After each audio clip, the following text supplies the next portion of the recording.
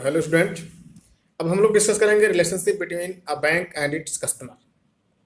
Bank और customer के बीच में क्या संबंध होता है, किस प्रकार का संबंध होता है, अर्थात ये लोग जब काम करते हैं तो किस प्रकार से एक दूसरे से जुड़े होते हैं, किस किस रूप में जुड़े होते हैं। तो according to your syllabus and according to the experts, bank जो है कस्टमर के साथ तीन प्रकार से जुड़े होते हैं। जो बैंक और कस्टमर के बीच में रिलेशनशिप होता है वो तीन प्रकार का होता है, in the form of creditor and debtors, agent and principal and bailee and bailor. सबसे पहला जो रिलेशन होता है वो क्या होता है, क्रेडिटर एंड डेब्टर का होता है। दूसरा जो होता है एजेंट एंड प्रिंसिपल का होता है। और तीसरा जो होता है वैली एंड वेलर का होता है। तो चलिए वन बाय वन हम लोग डिस्कस करते हैं। सबसे पहला जो है creditor and debtors. Creditor and debtors का रिलेशनशिप समझने के पहले मैं एक बार फिर से आप लोग को समझा देना चाहता हूँ, बता देना चाहता हूँ कि क्रेडिटर किसे कहते हैं और डेब्टर किसे कहते हैं। क्रेडिटर का मतलब क्या होता है, the person who lend the money to the debtors is known as creditor and the person who borrow the money from the creditor is known as debtors. तो आपके दिमाग में एक चीज चल रहा होगा कि यहाँ पर कस्टमर कैसे क्रेडिटर हो सकता है, या फिर बैंक कैसे क्रेडिटर हो सकता है, या फिर कस्टमर कैसे डेब्टर हो सकता है बैंक के लिए, या फिर बैंक कैसे डेब्टर हो सकता है क्रेडिटर के लिए अर्थात कस्टमर के लिए।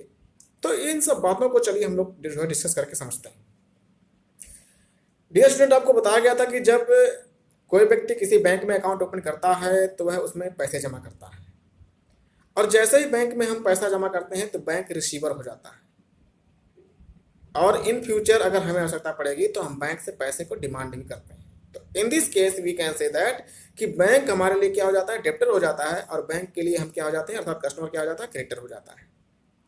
इनफैक्ट अगर भविष्य में कभी कस्टमर जो है in the form of loan या डेब्ट्स जो है, जैसे बैंक ओवरड्राफ्ट कर लेता है या फिर लोन ले लेता है बैंक से, तो बैंक इस केस में क्या हो जाता है, कस्टमर के लिए क्रेडिटर हो जाता है, और कस्टमर क्या हो जाता है, बैंक के लिए डेब्टर हो जाता है।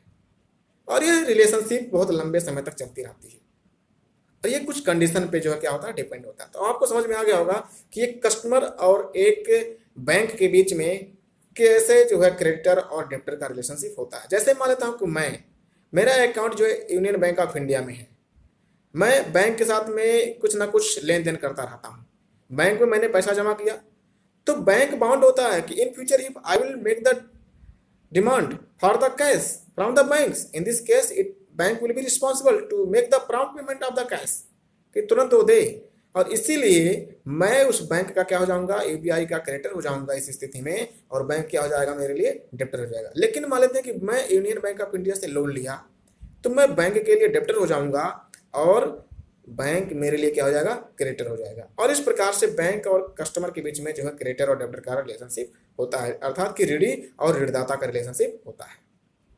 दूसरा है, तो हमारा पहला पॉइंट ये मेरे ख्याल से क्लियर हो गया होगा, creditor and agent, creditor and debtors का।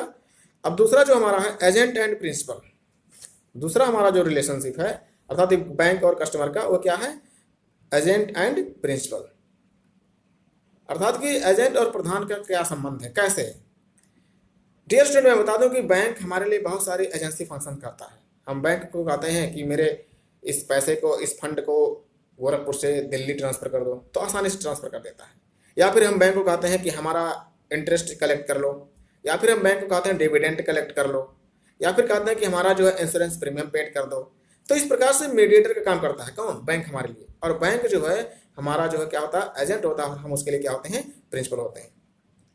मतलब कि हम इस क्या कहते हैं, बैंक को कहते हैं कि बैंक हमारे लिए क्या करता है, it collect the payment of the bill of exchange promissory notes of the customers.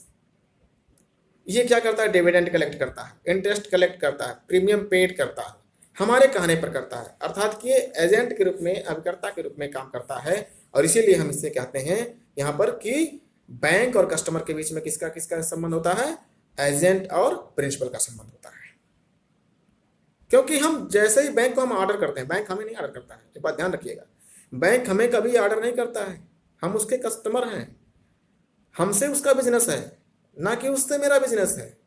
और इसीलिए कहा जाता है कि कस्टमर जो होता है, ग्राहक जो होता है, किसी भी व्यवसाय का भगवान होता है। तो बैंक हमें कभी नाराज नहीं करेगा, हम उसको जो आदेश देते हैं बैंक वही काम करता है। मतलब कि हम एजेंट क्यों रखते हैं, ताकि वो हमारे आदेश का पालन करे। तो बैंक भी हमारे आदेश का पालन करता है। हम उसको कहेंगे कि कैश जो है कलेक्ट करो, डिविडेंड कलेक्ट करो, पैसे को इस स्थान से दूसरे स्थान पर ट्रांसफर करो, ठीक है, इंटरेस्ट कलेक्ट करो, इंश्योरेंस प्रीमियम पेड कर दो। तो ये सब फंक्शन जो है in the form of agency bank करता है, तो इसीलिए उसको हम एजेंट कहते हैं। मीन्स कस्टमर और बैंक के बीच में क्या हो जाता है रिलेशन, एजेंट और प्रिंसिपल कहा जाता है। अर्थात कस्टमर यहाँ प्रिंसिपल होता है और बैंक क्या होता है, एजेंट होता है। तीसरा है वैल्यू एंड वेलर का। प्यारे बच्चों, आपको ये भी पता है कि बैंक में कस्टमर कुछ अपनी वैल्यूएबल वस्तुओं को जमा करते हैं ताकि वो वहां पर सुरक्षित हो सकें, और बैंक इसके लिए लॉकर सुविधा उपलब्ध कराता है कस्टमर को। बैंक क्या करता है, बैंक में कस्टमर जो है बैंक में जाता है और अपनी जितने भी ज्वेलरी होती हैं, ऑर्नामेंट्स होते हैं, जो बहुमूल्य धातुएं होती हैं, वस्तुएं होती हैं, उसको बैंक में जमा करता है एक पर्टिकुलर लॉकर में, और बैंक के साथ में कुछ एग्रीमेंट करता है। तो बैंक क्या होता है यहाँ पे, बैंक वैल्यू होता है, क्योंकि बैंक ये जिम्मेदारी लेता है कि मैं आपके वस्तु को उसी प्रकार से सुरक्षित रखूंगा जिस प्रकार से आपने हमारे यहाँ जमा किया है, और अगर किसी भी प्रकार की इसमें कोई समस्या होती है, कोई गड़बड़ियाँ होती हैं, तो उसके लिए मैं जिम्मेदार हूँ। मैं क्या अभिप्राय है बैंक से, और कस्टमर भी यही आशा करता है कि बैंक जो है ऐसा गारंटी देगा। तो यहाँ पर जो है बैंक जो है सुरक्षित वस्तुओं को सुरक्षित रखने की पूरी गारंटी देता है, इसलिए बैंक वैल्यू हो जाता है। और धरोहर जो देता है, अर्थात किस सुपुर्द करता है, कौन सुपुर्द करता है, कस्टमर धरोहर सुपुर्द करता है, अपनी कुछ बहुमूल्य वस्तुओं को जो बैंक में सुपुर्द करता है। इसलिए बैंक के लिए कस्टमर क्या हो जाता है, वेलर हो जाता है। तो इस प्रकार से कस्टमर में और बैंक में वैल्यू और वेलर का भी संबंध होता है। तो डियर स्टूडेंट, आई होप कि आपको कस्टमर और बैंक के बीच में जो संबंध है आसानी से समझ में आ गया होगा कि सबसे पहला संबंध किस रूप में होता है, क्रेडिटर और डेब्टर के रूप में होता है, जो बहुत ही fundamental relationship between the customer and banker होता है। यह प्रत्येक कस्टमर के साथ में संबंध होता है। दूसरा होता है एजेंट और प्रिंसिपल का, और तीसरा क्या होता है, वैल्यू एंड वेलर का। तो आपको इस प्रकार से धरोहर और धरोहर धर्ता, और इसी प्रकार से एजेंट और प्रधान, और ऋणी और ऋणदाता का संबंध जो बैंक और कस्टमर के बीच में होता है आसानी से समझ में आ गया होगा। प्यारे बच्चों, इसको अपनी कॉपी में प्रॉपर नोट बना लीजिए, और इसको कम से कम 5 बार पढ़िए। नोट तो एक ही बार बनाइए, लेकिन 5 बार पढ़िए, निश्चित है आपको लर्न हो जाएगा, और आपके बोर्ड के लिए बहुत ही इंपॉर्टेंट टॉपिक है। और इसके साथ ही साथ कुछ स्पेशल जो है रिलेशनशिप होते हैं, चेक का क्लियरेंस कैसे होगा, और सारी बातें होती हैं, उसको आगे टॉपिक में आप पढ़िए और समझने का प्रयास कीजिए। जो समस्या हमसे पूछिए। आज के लिए इतना ही। बहुत बहुत धन्यवाद। Thank you very much. Thank you and have a